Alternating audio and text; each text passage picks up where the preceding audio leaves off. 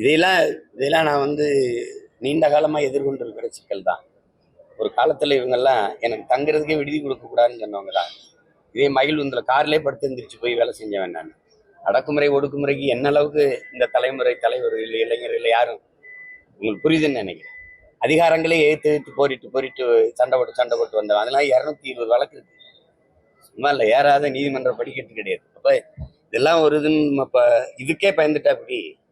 அந்த விமான நிலையத்திற்கு பெயர் வைக்கிற சர்ச்சையெல்லாம் இப்ப தேவையா சார்? ஏன்னா அது தேவை. அது இங்க பாருங்க, சமூகம் சார்ந்து ஒவ்வொருத்தரும் பேசுவாங்க. ஒருத்தர் எங்க தாத்தா முத்துராமலிங்க பேர் வைக்கணும்பாங்க, ஒருத்தர் இன்னொரு தாத்தா இமானுவல் சேரம் பேர் வைக்கணும்பாங்க. எங்க நிலைப்பாடு 2 தாத்தா பேரும் வேணாம். எங்களுக்கு ஒரு பெருமை இருக்கு, வரலாற்று பெருமை. பாண்டியன் நெடுஞ்செழியன் தலையணங்கானத்து செருவென்ற பாண்டியன் நெடுஞ்செழியன் வைங்க, யாரும் எதிர்க்க மாட்டாங்க. புரியுது? ஏன்னா நாங்க எல்லாரும் பாண்டியர் மக்கள். எங்களுக்கு எவனும் இல்லை, எங்க பாட்டம் பேரை வச்சுட்டு போ. புரியுதா? மன்னராட்சி காலத்திலே ஒரு சாதாரண குடிமகள் கால்சிலம்பை உடைத்து அமைச்ச அரசவையில நீதியை நிலைநாட்டிடணும்னு ஒருத்தன் நெடுஞ்செழியன், பாண்டிய நெடுஞ்செழியன், அவன் பேரை வை. அது எனக்கு பெருமை. அதுதான் எங்கள் நிலைப்பாடு. ஒருவேளை நீங்க வைக்கிறதா இருந்தா நான் போராடி பாண்டிய நெடுஞ்செழியன் பேரை வையின்னு சொல்லி சண்டை போடுவேன்.